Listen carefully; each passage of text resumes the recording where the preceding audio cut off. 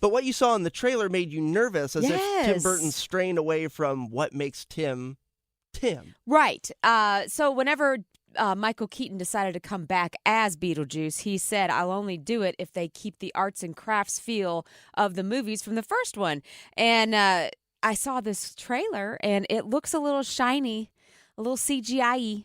And I'm like, I'm really nervous that he didn't hold to that promise that he made to Michael Keaton, because it is what makes him so good. You can tell his weird little brain got some clay and made, all the stuff. You can literally imagine Tim Burton as a child, like alone in a basement with no friends, just like working on his craft and mastering what's going to make him a god in the industry. Oh, he's so amazing. I actually saw an exhibit at the Met in New York when I lived there. Like the Met from the Met Gala? Yeah, the Met. Nice. Yeah, the Metropolitan Museum of Art.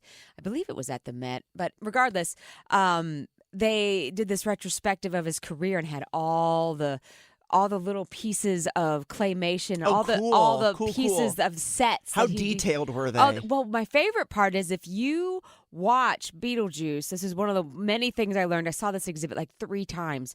If you look at whenever Beetlejuice comes up and he turns into the carousel, and he's got the big arms that turn into like the strongman hammers. Yep. Whenever the tent for the carousel is coming out of his head, you'll notice at the very top is a tiny little skull. And that is the skull he used to make Jack Skellington. No way! Mm-hmm. I mean, he's so cool. He's like Taylor Swift with little Easter eggs. Well, I don't think he did, like he was...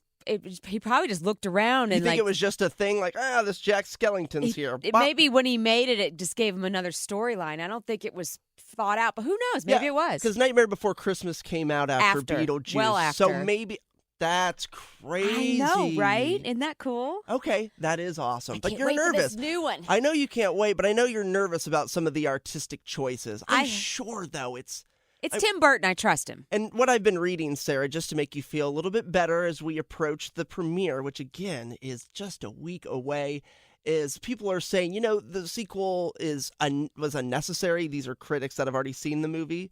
They're saying, it was unnecessary, but it's got enough Tim Burton flavor to make it passable, to make it good. To make it really good. Well, and also Gina Davis and Alec Baldwin are not in it, which also gives me pause because if you watch the first one, the minute they walked out the door, they were in Sandworm World. So I'd love to find the loophole. Can't wait to find out what it was. Yeah, apparently they're not in it. That gets them out of the house, even though they were supposed to be in that house for the rest of their lives.